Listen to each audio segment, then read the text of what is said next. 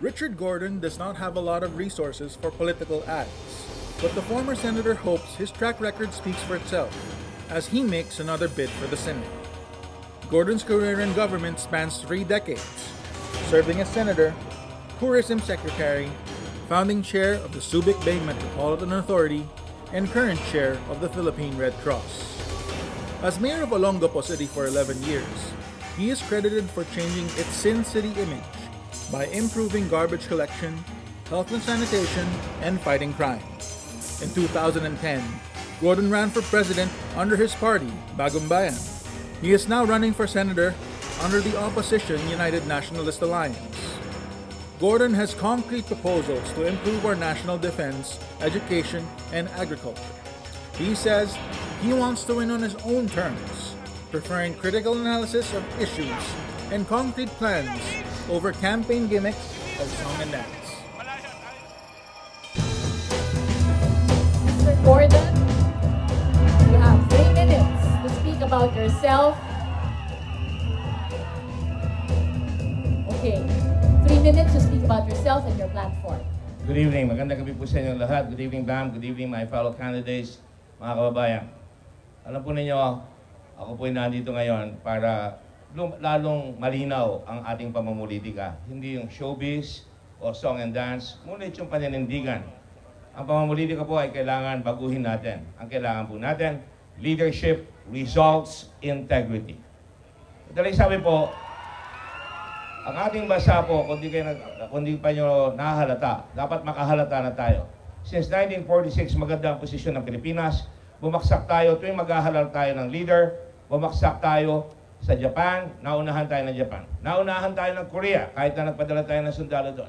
Naunahan tayo ng Hong Kong, dati tayong shopper, ngayon tayo mga domestic.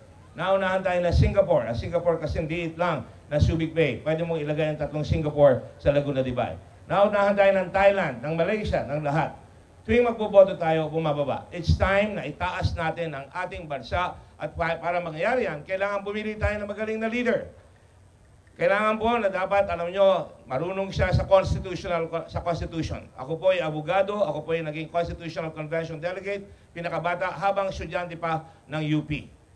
Pangalawa po, tayo po ay naging mayor. Alam ko po ang sakit doon sa local government. At tayo po ay hindi lang TOYM, TOEFL. Hindi ho batayan yan. Ang batayan, taringon nyo ang tao. Pangatlo po, tayo po ay pinutukan ng pinatubo, pinalis ang base, naibangan ko po ang mga mamamayan ng Olongapo sa pamamagitan ng leadership ng mga volunteers. Nag-volunteer po sila, na-save yung kanilang integrity, at lumagana po ang trabaho doon, 200,000 jobs at investment. Tayo po ay naging tourism secretary. Wow Philippines! Napalakas po natin ang domestic tourism sa pamamagitan ng holiday economics. Nakita niyo po tayo ng senador, automated election, tayo pong kumatahan yan. International humanitarian law, holiday economics, yung pong ating free patent law. And we've been in the Red Cross for 45 years as a volunteer. Trabaho lang po tayo ng trabaho. We have built 44,800 homes in the last 6 years. Tayo po ay gumawa ng maraming ambulansya sa 4 na sulok ng Pilipinas at naaasahan tayo kahit anong sakuna. When I get elected as senator, makakasa po kayo, I will concentrate on education. Taasan po natin ang sweldo ng teacher. Hindi ba sa taasan, but to compete ang sweldo po ng teacher dito, 17,000 against 125,000 sa Japan, against 85,000 in Korea, against 92,000 in Singapore. Nakalagay sa Constitution, dapat number 1 ang education, dapat kumuha ng talentado mga teacher, pero hindi tayo makakuha. Pangalawa, gumawa po tayo ng hanap buhay. Kaya po natin gumawa ng hanap buhay, hindi pinapairal ng administrasyon yung tourism law. 3 taon na po yan. Hindi nila bibigay yung tax incentives para lumagkas ang tourism. Sa tourism po, maraming hanap buhay, mga farmer makakabenta ng marami at iba pa. At marami po tayo pa pangagawa para sa kabuhayan. Thank you very much. Salamat po. Let's take a look at how our viewers feel about Mr. Dick Gordon.